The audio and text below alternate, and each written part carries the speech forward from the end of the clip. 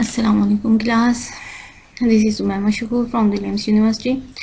तो अब तक हमने MMP तो आज हमारा लेक्चर नंबर 11 है, चैप्टर नंबर 2 हम कंटिन्यू करेंगे आज, जिसमें हम जो बेसल फंक्शंस है, हैंकल फंक्शन है और स्फेरिकल बेसल फंक्शन, ये तो तीन टॉपिक हम कर चुके हैं। जो डेरिवेशन हमने कर ली थी Henkel function of first kind, second kind, third kind, ये भी हमने कर लिया था। स्फेरिकल बेसल फंक्शन भी हम पढ़ चुके हैं। और ये जो स्पेशल फंक्शन सेकंड चैप्टर है, इसमें हमने स्फेरिकल बेसल फंक्शन की लास्ट इक्वेशन पर स्टॉप किया था, जिसको हमने ड्राइव किया था। आज हम वहीं से जो नेक्स्ट कंटिन्यू करेंगे। आज का जो हमारा टॉपिक है वो है Legender differential equation and the Legendre polynomial. ये बहुत इंपॉर्टेंट टॉपिक है फिजिक्स के पॉइंट ऑफ व्यू से, आपके पेपर के पॉइंट ऑफ व्यू से। और इसमें जो मोस्ट इम्पोर्टेंट टॉपिक है जो पेपर में अक्सर आता भी है वो है रॉड्रिगस फार्मूला। मतलब आज हम जो टॉपिक डिस्कस कर रहे हैं उसमें हमने लीजेंडर डिफरेंशियल इक्वेशन को तो स्टडी करना है और साथ में हमने रॉड्रिगस फार्मूला को भी ड्राइव करना है। और ये रॉड्रिगस फार्मूला अक्सर पेपर में आता है, तो इसको आपने माइंड में रखना है। तो चलिए हम आज का अपना टॉपिक स्टार्ट करते हैं। लीजेंडर डिफरेंशियल इक्वेशन सबसे पहले, क्योंकि हम जो सब्जेक्ट पढ़ रहे हैं वो है MMP का, मतलब हमें जो भी यहाँ पर हमें मैथमेटिक्स में हमें जो भी टर्म मिलेगी हमने उसको मैथ में ही डिफाइन करना है कि हमारे पास वो चीज है क्या। तो लीजेंडर डिफरेंशियल इक्वेशन को मैथ में हम कैसे डिफाइन करते हैं, मैथमेटिक्स में कैसे डिफाइन करते हैं, इसको हम देख लेते हैं। लीजेंडर डिफरेंशियल इक्वेशन को ड्राइव करने के लिए मैथमेटिकली हमें जरूरत पड़ती है एक इक्वेशन की, जो मैंने यहाँ इक्वेशन 1 में मेंशन की हुई है। ये जो इक्वेशन 1 है ये जनरल फॉर्म है, मतलब इस फॉर्म में आपको जो इक्वेशंस मिलेंगी, जैसे हमने देखा था कि बेसल फंक्शन की भी हमने, बेसल डिफरेंशियल इक्वेशन की जनरल इक्वेशन हमने लिखी थी, उस फॉर्म में हमें जो इक्वेशंस मिल जाएंगे वो सारी बेसल डिफरेंशियल इक्वेशन होंगी। तो उसी तरीके से अब यहाँ पर मैंने लिखा हुआ है लीजेंडर डिफरेंशियल इक्वेशन का। लीजेंडर डिफरेंशियल इक्वेशन की भी मैंने यहाँ पर एक जनरल इक्वेशन लिख दी है इक्वेशन 1 में कि 1 minus x square y double prime का मतलब y का हमने 2 बार डेरिवेटिव लिया हुआ है, माइनस 2x y प्राइम मतलब यहाँ पर हमने जो डेरिवेटिव लिया हुआ है वो 1 टाइम है, plus n into n plus 1 into y मतलब ओरिजिनल फंक्शन, यहाँ पर आपने उसका डेरिवेटिव नहीं लिया, इज इक्वल टू 0। अब ये जो इक्वेशन 1 है ये मैथमेटिक्स के पॉइंट ऑफ व्यू से डिफाइन करती है लीजेंडर डिफरेंशियल इक्वेशन को। अब इस फॉर्म में हमारे पास कोई भी इक्वेशन आ जाए इस इक्वेशन 1 की फॉर्म में, वो आपके पास लीजेंडर डिफरेंशियल इक्वेशन ही होगी। अब यहाँ पर हमने क्या करना है, सबसे पहले लीजेंडर डिफरेंशियल इक्वेशन में फ्रोबेनियस मेथड को यूज करते हुए हमने इस इक्वेशन 1 का सॉल्यूशन फाइंड आउट करना है। क्योंकि फ्रोबेनियस मेथड मैंने आपको डिटेल से करवाया हुआ है कि हम उसमें कैसे सॉल्यूशन फाइंड आउट करते हैं, इवन सीरीज को कैसे फाइंड आउट करते हैं और ऑड सीरीज को वहां से कैसे फाइंड आउट करते हैं। तो इसलिए मैंने यहाँ पर इसका सॉल्यूशन तो नहीं किया, मैंने डायरेक्ट उसका आंसर यहाँ पर पुट किया हुआ है। आप भी अगर चाहें तो डायरेक्ट पुट कर सकते हैं, क्योंकि हमारी जो मेन डेरिवेशन है वो इससे नेक्स्ट की है। तो यहाँ पर मैंने फ्रोबेनियस मेथड को यूज करते हुए सीरीज सॉल्यूशन अप्लाई किया है, जिससे मुझे 2 सॉल्यूशन मिले हैं, मतलब 2 सीरीज मुझे मिली हैं। आपने देखा है कि हम फ्रोबेनियस मेथड यूज करते हैं तो हमारे पास इवन सीरीज मिलती है और ऑड सीरीज मिलती है। तो यहाँ पर मैंने y ऑफ x की जो सीरीज लिखी है वो ये इवन सीरीज, मतलब a नॉट और इनटू ये जो ब्रैकेट में लिखा हुआ है 1 minus n plus 1 divided by 2 factorial x square plus up to so on, इसके अंदर जो भी आएगी ये इवन वाली सीरीज आ गई मेरे पास। और इसी के साथ यहाँ पर मैंने ये एरो छोटा सा मेंशन किया हुआ है, इसी के साथ मैंने नीचे ऑड सीरीज लिखी है, मतलब a1 a3 a5 ये वाली सीरीज। तो इसमें मुझे जो टर्म मिली है वो है x minus n minus 1 n plus 2 x cube divided by 3 factorial plus up to so on. तो ये तो मेरे पास आ गई इक्वेशन नंबर 2। अब यहाँ पर इक्वेशन नंबर 2 में एक इम्पॉर्टेंट चीज है कि आपको 2 सीरीज मिल रही हैं, एक तो इवन सीरीज है और दूसरी है हमारे पास ऑड सीरीज। लेकिन हमने क्या देखा था कि ये दो सीरीज हमें लीजेंडर डिफरेंशियल इक्वेशन के केस में, लेकिन बेसल डिफरेंशियल इक्वेशन में हमने क्या देखा था कि बेसल डिफरेंशियल इक्वेशन में हमें सिर्फ एक सीरीज मिलती है, दो सीरीज नहीं मिलती। ये इन दोनों में डिफरेंस है। मतलब अक्सर शॉर्ट क्वेश्चन आता है कि बेसल डिफरेंशियल इक्वेशन और लीजेंडर डिफरेंशियल इक्वेशन में क्या डिफरेंस है, तो आपने ये डिफरेंस मेंशन करना है कि लीजेंडर डिफरेंशियल इक्वेशन को जब हम फ्रोबेनियस मेथड से सॉल्व करते हैं तो हमें दो सीरीज मिलती हैं, लेकिन बेसल डिफरेंशियल इक्वेशन को जब हम सॉल्व करते हैं तो हमें एक ही सीरीज मिलती है जो सिग्निफिकेंट डिफरेंस शो करती है दोनों के दरमियान। अब यहाँ पर इक्वेशन 2 में हमने कुछ बातें और भी ऑब्जर्व करनी है। इक्वेशन 2 में आपने देखा होगा कि मैंने ऑल्टरनेटिव साइन पुट किए हुए हैं। ऑल्टरनेटिव साइन की रीजन भी है, लेकिन अभी मैं आपको सिर्फ ये हिंट पॉइंट बताऊंगी कि आपने इक्वेशन 2 में ऑल्टरनेटिव साइन पुट करने हैं, प्लस फिर नेगेटिव फिर प्लस फिर नेगेटिव, इस तरीके से आपने कैरी ऑन करना है। तो here we must observe that in equation 2 we alternate the signs, मतलब जो साइंस हैं उनको हमने ऑल्टरनेट किया हुआ है। ए नॉट का साइन, ए नॉट हमारे पास कौन सी सीरीज थी, इवन सीरीज थी, और इसी तरीके से हमारे पास A1 वाली जो सीरीज थी वो ऑड सीरीज थी। दोनों में मैंने ऑल्टरनेट साइन यूज किया हुआ है, प्लस से स्टार्ट करके माइनस फिर प्लस फिर माइनस। अब ये जो n है, अगर n हमारे पास इवन हो जाए, ये इंपॉर्टेंट बात है यहाँ पर, तो अगर तो हमारे पास n जो है वो इवन है तो पहली जो सीरीज होगी वो क्या हो जाएगी, वो फाइनाइट हो जाएगी। फाइनाइट और इनफाइनाइट का हमने बहुत ज्यादा ख्याल करना है, क्योंकि हम सॉल्यूशन जो है फ्रोबेनियस मेथड का वो इसी के अकॉर्डिंग लेते हैं, फाइनाइट और इनफाइनाइट को देख। तो अगर तो n इवन है तो हमारे पास फर्स्ट वाली सीरीज फाइनाइट हो जाएगी। इसका मतलब ये हुआ कि अगर n आपके पास ऑड है तो आपकी जो फर्स्ट सीरीज होगी, मतलब जो a नॉट वाली सीरीज होगी, वो इनफाइनाइट कहलाएगी, वो फाइनाइट नहीं होगी। मतलब इवन के लिए तो वो आपको फाइनाइट सॉल्यूशन देगी, लेकिन अगर आप n को ऑड पुट करते हैं तो फर्स्ट सीरीज आपको इनफाइनाइट सॉल्यूशन देगी। इसी तरीके से अगर आप n को पुट करते हैं ऑड वैल्यू के इक्वल, मतलब 1 3 5, तो आपकी जो सेकंड सीरीज है, सेकंड सीरीज हमारे पास कौन सी थी, A1 वाली। A1 वाली जो है आपको फाइनाइट सॉल्यूशन प्रोवाइड करेगी, लेकिन उसी n को अगर आप पुट करते हैं इवन के इक्वल तो वही जो A1 वाली सीरीज है वो आपको इनफाइनाइट सॉल्यूशन देगी। और इनफाइनाइट सॉल्यूशन को डिस्कस नहीं करते, हमें रिक्वायर होता है फाइनाइट सॉल्यूशन। तो इसी तरीके से यहाँ पर भी हमें सिर्फ फाइनाइट सीरीज सॉल्यूशन ही रिक्वायर है अपने केस में, फ्रोबेनियस मेथड को क्योंकि हम यूज कर रहे हैं। तो इसके लिए हमें फाइनाइट सॉल्यूशन लाजमी पता होना चाहिए लीजेंडर डिफरेंशियल इक्वेशन के लिए। उसी फाइनाइट सॉल्यूशन और इनफाइनाइट सॉल्यूशन की बेस पर हम नाम देते हैं लीजेंडर पॉलिनोमियल का और लीजेंडर फंक्शन का। अब यहाँ पर ये जो लास्ट वाला पॉइंट है ये आपके शॉर्ट क्वेश्चन में इंपॉर्टेंट पॉइंट है। इसको आपने ये वाला जो पॉइंट है इसको आपने अच्छे तरीके से करना है। We must know that finite series called Legendre polynomial. Question बनता होता है what is the difference between the Legendre polynomial and the Legendre function. तो जो फाइनाइट सीरीज होगी, जहां पर आपको पता चल रहा है, हमने अभी पीछे डिस्कस किया कि अगर n को इवन पुट करें, n को ऑड पुट करें तो कौन सी सीरीज आपको फाइनाइट देगी। फाइनाइट सीरीज आपकी हमेशा कहलाती है लीजेंडर पॉलिनोमियल। लेकिन जो इनफाइनाइट सीरीज होती है, मतलब अगर आपने n को इवन पुट किया है तो आपका जो a नॉट था उसने तो आपको फाइनाइट सीरीज दी है, वो फाइनाइट सीरीज हो गई लीजेंडर पॉलिनोमियल। लेकिन ऑड के लिए वो आपको इनफाइनाइट दे रहा है, तो ऑड के लिए वो क्या हो जाएगा, लीजेंडर फंक्शन हो जाएगा।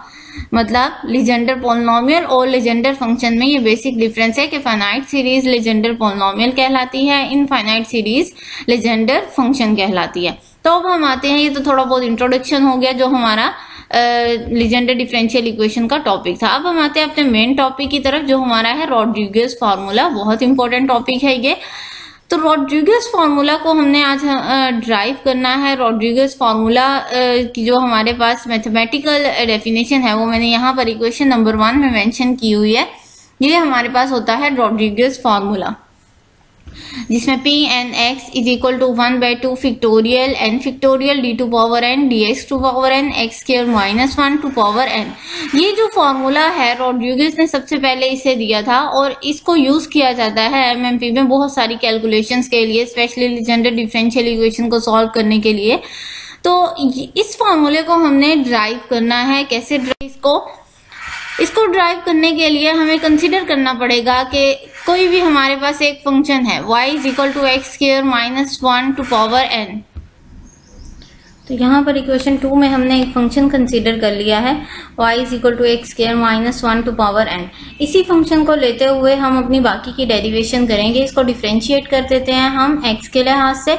जब हम x के लिहाज से इसे डिफरेंशिएट करेंगे तो हमारे पास इक्वेशन नंबर 3 आ जाएगी, n into x square minus 1 to power n minus 1 into 2x।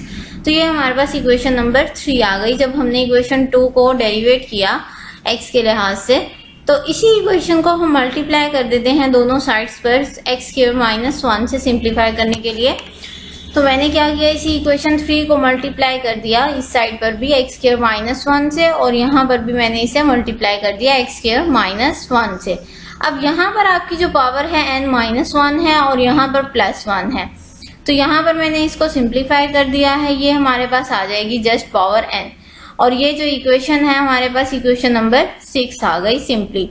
हमने उसको जो इक्वेशन 5 थी उसी को जस्ट सिंपल करके। अब हम कंसीडर करते हैं कि हमारे पास जो dy बाई dx है, इसको पहले हम y प्राइम का नाम भी देते थे, तो अब मैंने इसे नाम दे दिया है y1 का इक्वेशन नंबर 7 में। मतलब जहां पर मेरे पास ये वाला फैक्टर आएगा मैं इसे पुट कर देती हूँ y1 के इक्वल।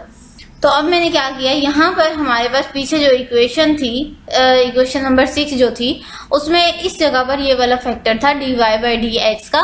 तो यहाँ पर मैंने पुट कर दिया है y1 is equal to right hand side जो हमारे पास थी वो एज इट इज ही रही है इक्वेशन नंबर 8 में, इसे मैंने चेंज नहीं किया। इसी इक्वेशन को मैं डिफरेंशिएट कर देती हूँ n+1 time using Leibniz theorem. Leibniz theorem यहाँ पर इम्पोर्टेंट पॉइंट है, इसको आपने समझना है कि हम इसको कैसे डिफरेंशिएट करेंगे n+1 टाइम। अच्छा, लेबनिज़ थ्योरम क्या कहता है आपको कि लेबनिज़ थ्योरम के अकॉर्डिंग अगर आपके पास कोएफिशिएंट्स हैं तो कोएफिशिएंट्स की पावर को क्या होना है, n+1 टाइम तो कांस्टेंट ही रहेगा कोएफिशिएंट में, क्योंकि हम n+1 टाइम उसको यहाँ पर हमने डिक्लेयर कर दिया कि n+1 टाइम ही हम कर रहे हैं। तो क्या होगा कि कोएफिशिएंट्स जो होंगे वो हमने इंक्रीज करते जाना है। मतलब ये C0, ये C1, left to right side पे हमने इसको इंक्रीज करते जाना है। ये C2 और आगे अगर C3 आ जाए, C4 आ जाए, वो हमने इंक्रीज करते जाना है। लेकिन क्या होगा कि लेबनिज़ थ्योरम के अकॉर्डिंग y की जो पावर्स है, मतलब y की जो हमारे पास वैल्यूज है उन्हें कम होना चाहिए। अगर c को ज्यादा होना चाहिए तो y को कम होना चाहिए। तो y कैसे कम होगा, y n+2 है हमारे पास यहाँ पर, और यहाँ पर देखें n+1 आ गया। अब जो नेक्स्ट आएगा उसमें n आ जाएगा, और ये राइट हैंड साइड हमारे पास, फिर राइट हैंड साइड पर भी हम वही अप्लाई कर देंगे जैसे हमने लेफ्ट हैंड साइड पर अप्लाई किया है। तो इस तरीके से हमने लेबनिज़ थ्योरम अप्लाई करना है इस इक्वेशन 8 के ऊपर। तो यहाँ पर देखें C0 से मैंने स्टार्ट किया, n+1 टाइम किया, y n+2 आ गया हमारे पास, क्योंकि हमारे पास सेकेंड ऑर्डर की इक्वेशन है। और यहाँ पर आ जाएगा हमारे पास फंक्शन एक्स स्क्वायर माइनस 1, ये वाला फंक्शन आ गया हमारे पास। और प्लस अब क्योंकि हम c की वैल्यू को ज्यादा करेंगे y1 आ जाएगा, और y की वैल्यू को हम कम कर देंगे n+1। और ये जो फंक्शन है इसका डेरिवेटिव ले लिया हमने, 2x आ गया। अब अगेन हमारे पास c एक टाइम रह जाएगा, क्योंकि जब आप 2x का डेरिवेटिव लोगे तो आपको 2 देगा, और 2 आपके पास कांस्टेंट है तो उसके बाद आपके पास कोई टर्म नहीं बचेगी। तो इसलिए यहाँ पर आ गया आपके पास c2 n+1 yn, y की पावर कम हो गई, c की पावर ज्यादा हो गई, और ये आ गया 2। अब हम बात करेंगे लेफ्ट हैंड साइड तो हमारी सॉल्व हो गई। अब हम बात करेंगे राइट हैंड साइड की। राइट हैंड साइड पे भी हम सेम उसी तरीके से अप्लाई करेंगे, हमने लेफ्ट हैंड साइड पे अप्लाई किया है।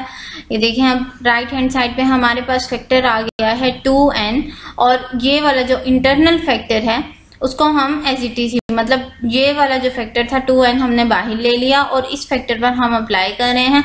उसी तरीके से c की पावर को ज्यादा करते जाएं और n की पावर को, y की पावर को कम करते जाएं। तो ये हमारे पास ये वाला फैक्टर आ जाएगा इक्वेशन 9 में। अब यहाँ पर मैंने मेंशन भी कर दिया है कि जो c की पावर है C0 1 2, इसको आपने इंक्रीज करना है, और जो y की पावर है वो आप देख रहे हैं n+2 n+1 और n ये डिक्रीज हो रही है।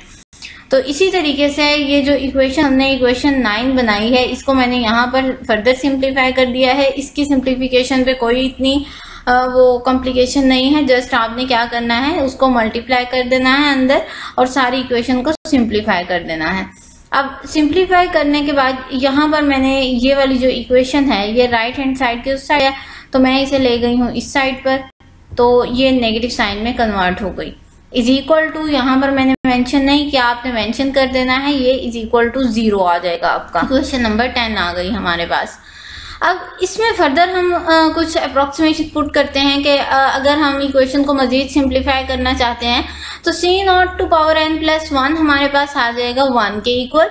ये मैंने खुद ही से अप्रोक्सीमेशन पुट कर दी। c1 n प्लस 1 जहां जहां है वहां n प्लस 1 पुट कर दें, और c2 n प्लस 1 जहां जहां है वहां आप ये फैक्टर पुट कर दें। तो मैंने यही जो तीनों इक्वेशंस थी ये मैंने पुट कर दी इक्वेशन 10 के अंदर, तो मुझे ये वाली इक्वेशन नंबर 11 मिल गई। अब इक्वेशन 11 में जो जो फैक्टर कैंसिल आउट हो रहा हो, जैसे आप देख रहे हैं कि यहाँ पर 2 का फैक्टर कैंसिल आउट हो रहा है, तो ये मैंने 2 का फैक्टर कैंसिल आउट कर दिया और ये इक्वेशन नंबर 11 मुझे मिल गई। फर्दर इसको जब सिंप्लीफाई करेंगे आप तो आपको मिल जाएगी इक्वेशन नंबर 12।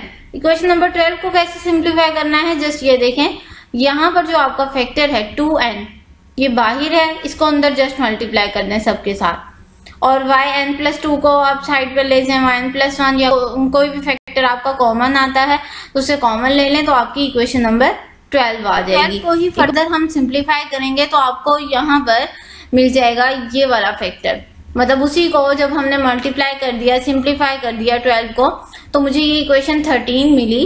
तो 13 में मैंने क्या किया कि यहाँ पर ये वाला जो फैक्टर है ये है आपका प्लस का, और ये है yn प्लस 1 का, और ये है माइनस का, ये भी yn प्लस 1 का है। बाकी फैक्टर दोनों में कॉमन है, दोनों टर्म्स कॉमन है, एक प्लस का है और एक माइनस का है, तो मैंने इसको कैंसिल आउट कर दिया। बाकी जो टर्म है वो आपने एज इट इज लिख देनी है।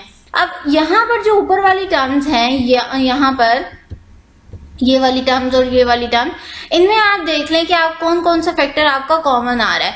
मेरे पास yn का जो फैक्टर था ये कॉमन आ रहा था, बाकी जो वैल्यूज हैं वो मैंने एज इट इज पुट कर दी हैं। yn का जो फैक्टर है उसको मैंने कॉमन लेके बाकी जो अंदर वाली वैल्यूज हैं वो मैंने एज इट इज रख दी। 2n माइनस का है और ये प्लस का है, मतलब 2 में से एक गए तो आपके पास बचता है एक माइनस, और 2n स्क्वायर और ये प्लस n स्क्वायर, मतलब यहाँ पर आपका बचेगा माइनस n स्क्वायर। तो उसी इक्वेशन को मैंने यहाँ पर, यही जो हमारे पास 14 आई है, इसी को मैंने फर्दर सिंप्लीफाई करके 15 की फॉर्म में लिखा है। ये जो साइन है ये नेगेटिव का साइन है और ये डॉट है, ये मिस्टेक हो गई है मुझसे, तो ये डॉट है आपके पास। तो यहाँ पर जब हमने इसको साइन को थोड़ा सा सिंप्लीफाई किया तो n स्क्वायर प्लस n आ जाएगा, क्योंकि नेगेटिव साइन मैं यहाँ पर बाहर ले चुकी हूँ तो इसलिए यहाँ पर प्लस आएगा, वरना ऊपर आप देख रहे थे यहाँ पर n स्क्वायर माइनस n बन रहा है आपके पास, लेकिन जब नेगेटिव साइन बाहर ले लिया तो अंदर मैंने प्लस में कन्वर्ट कर दिया। तो इसी तरीके से अब ये जो इक्वेशन है yn plus 2 1 minus x square, यही इक्वेशन 15 से हमें इक्वेशन नंबर 16 मिल गई। इसी को हम थोड़ी सी अप्रोक्सीमेशन पुट कर देते हैं कि कंसीडर करते हैं कि जो yn है वो इस फंक्शन के इक्वल है, v d to power n dx to power n into 17 के अकॉर्डिंग, और यहाँ पर yn प्लस 1 को v प्राइम कह देते हैं, yn प्लस 2 को हम v डबल प्राइम कह देते हैं। ये जो इक्वेशंस हमने अप्रोक्सीमेशन ली हैं इसको पुट कर देते हैं अपनी जो मेन इक्वेशन 16 है उसके अंदर, तो हमारे पास इक्वेशन नंबर 20 आ जाएगी।